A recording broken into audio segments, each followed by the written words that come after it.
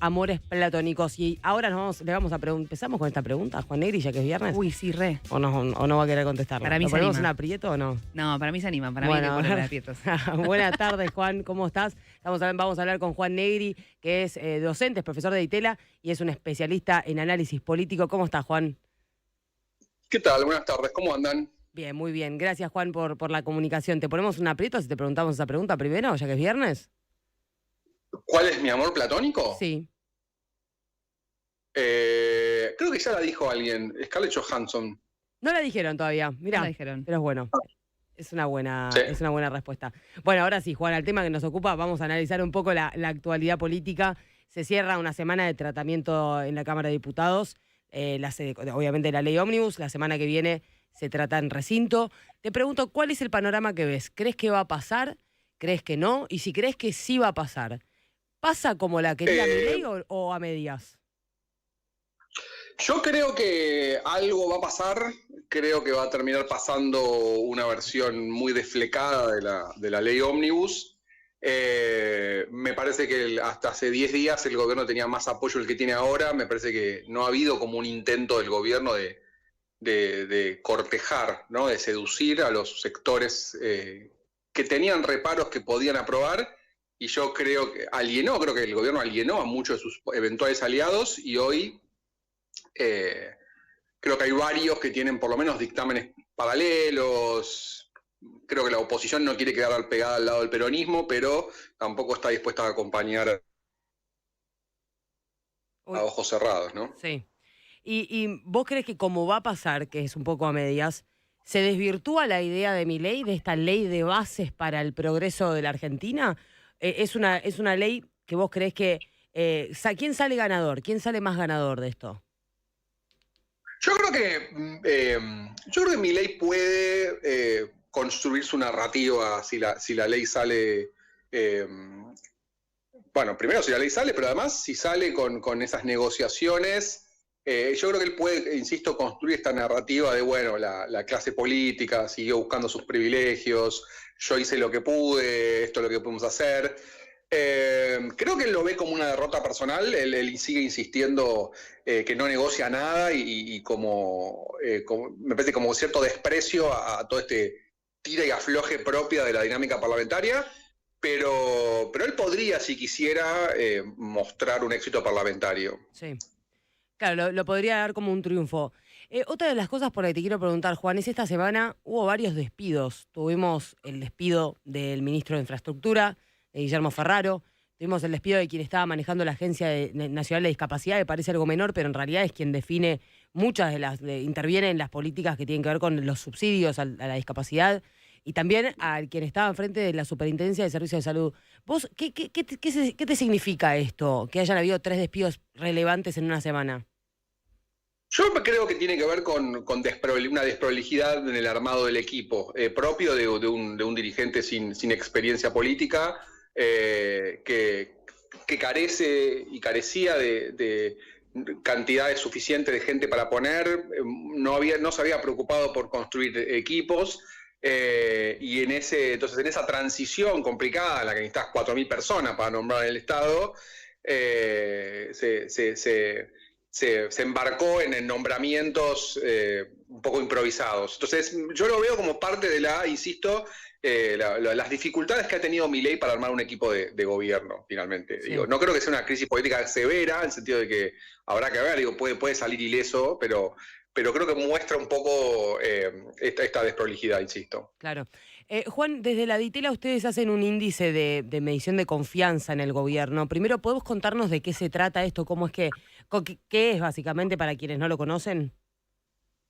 Sí, la Universidad ITELA hacemos efectivamente este índice de confianza de gobierno, que es una encuesta mensual a una muestra representativa de la sociedad argentina, en la que preguntamos varias cosas, pero sobre todo cómo la gente percibe el quehacer del gobierno y un poco también la expectativa, ¿no? En el sentido de si creen que el gobierno está en condiciones de resolver el problema de la gente.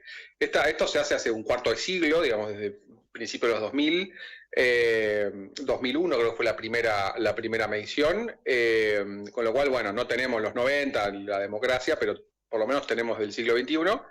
y lo que se genera es un termómetro de el pulso social frente a los gobiernos. Y lo que se ve es que los gobiernos... Confían, digamos, en el gobierno o en Claro. sí. No, es una escala de 1 a 5, o sea, nunca es 0, o sea, si no confía nadie sería 0, digamos, pero nunca es 0. Y por supuesto tampoco es 5, que sería si todos confían en el gobierno, ¿no? Claro. Entonces lo que nosotros vemos es, en general, los gobiernos tienen un pico de popularidad al principio de su gobierno, la famosa luna de miel, y los gobiernos después se van desgastando a diferentes ritmos, ¿no? Alberto llegó muy bajo, muy bajo, llegó a ser un presidente muy impopular. Néstor Kirchner, por ejemplo, no fue un presidente, fue un presidente bastante popular casi todo su mandato. Entonces hay algunas variaciones. Y lo que nosotros vimos estos últimos días es la luna de miel de Javier Milei, es muy impresionante, es la luna de miel más significativa desde Néstor Kirchner. ¿En qué sentido? Es decir, más que Cristina, más que Mauricio Macri, más que Fernández.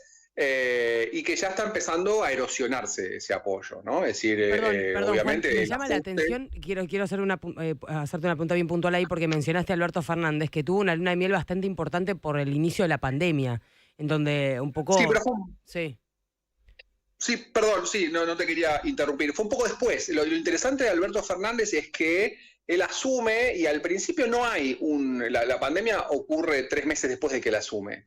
Y entonces en lo que uno ve en enero y febrero es números populares, pero no ve una luna de miel. O sea, no ve, los números no muestran un entusiasmo, una ilusión de la sociedad con respecto al gobierno, que yo creo que tiene que ver un poco con la desilusión de muchos de los votantes de Juntos por el Cambio por el hecho de que Mauricio Macri no pudo alcanzar la reelección. Claro. Y después efectivamente se dispara en marzo, pero se dispara en marzo, es decir, 3 meses después. Claro, no fue luna de miel, sino que fue el tema de la pandemia. Sí, correcto. Y llega muy alto, llega al punto más alto de la serie. Es decir, es el presidente más popular que alguna vez que tuvimos estos, bueno, por lo menos para este índice, en los últimos 25 años. Pero después de ahí, tal, ¿no? Porque llega también a algunos de los puntos más bajos. Sí. ¿Y cómo estuvo evolucionando en los últimos días? Vos recién me mencionabas. ¿Está subiendo o está bajando la confianza? Nosotros la hacemos una vez por mes, o sea que en realidad no es que tenemos un día a día, pero no es una fluctuación diaria. Bajó casi 9 puntos, bajó 8.6 puntos de diciembre a enero, ¿no? Uh-huh. En diciembre creció mucho, obviamente, la llegada del nuevo presidente. Milei sigue siendo un presidente popular hoy en día, pero ya empieza a ver, por otra parte es algo normal, es decir, no es solamente algo que le ocurre a él, los presidentes nunca son más populares que apenas asumen, y yo creo que eso explica la racionalidad del gobierno de sacar todo esto que sacó ahora, ¿no? Porque creo que el gobierno sabe, nunca va a ser más popular que ahora. Todavía ha sido un gobierno popular, pero ya el efecto de algunas medidas se empieza a notar, el desgaste obvio del ejercicio de la presidencia.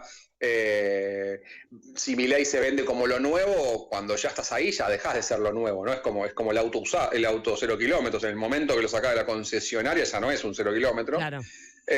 Bueno, todo eso lleva a que, vimos una caída de casi 9 puntos porcentuales de diciembre a enero. Y Juan, como vos sos el director de la carrera de Relaciones Internacionales de ITELA, no quiero dejar de preguntarte por el impacto que está generando sus dichos sobre Gustavo Petro, sobre el presidente de Colombia, y por ahí conectarlo un poco con lo que vos has visto sobre Davos, sobre el discurso de Davos. Por las dudas le recuerdo a quienes no escucharon, cuando la periodista Patricia Yaniot le preguntó a Milei sobre Gustavo Petro, su respuesta fue que era un comunista asesino. Esto está generando repercusiones, ya el Petro ha solicitado al embajador colombiano en la Argentina explicaciones. ¿Cómo ves vos esto? Yo lo veo como Yo creo que a Milei no le importa mucho la política exterior, además de obviamente no tener mucha experiencia. Su canciller tampoco es una persona con experiencia en política exterior. Y entonces deja en el ámbito de la política exterior su faceta más controversial, menos moderada, ¿no? Es donde yo creo que al interior de Argentina, en la política interna, digo, algún tipo de moderación tuvo que haber, digo, por ejemplo, bueno, en algunos funcionarios se abandonó por el momento, por lo menos la dolarización, pero ahí es donde Milei todavía encuentra el lugar para ser el Milei original, ¿no? El Milei más radical, más extremista en sus posiciones. Y creo que es porque no le interesa, porque la verdad es que si uno lo piensa desde el punto de vista racional, por más que uno piense todo eso de Petro, de quien sea, o del foro de Davos, no tiene ningún sentido. La verdad que no hay ningún tipo de utilidad en hacer esto. No hay ningún tipo de beneficio concreto para el país en pelearse con nadie, a menos que esté pensando en, bueno, esto yo lo digo y mis bases, mis seguidores, aplaco la ansiedad que puedan tener, ¿no? Es decir, les doy algo a mis seguidores, es algo para sus seguidores. Claro, para su propia audiencia. Juan, muchísimas gracias por darnos tu visión. Hablamos con Juan Negri, politólogo de la Universidad de Itela, director de la carrera de Relaciones Internacionales y además ex profesor mío, así que te mando un saludo grande. Lo recuerdo bien. Bueno, muchas gracias, Camila. Espero que lo recuerdes bien. Muy bien, lo recuerdo muy bien. Genial. Muy buenas tardes, Juan, gracias. Hasta luego.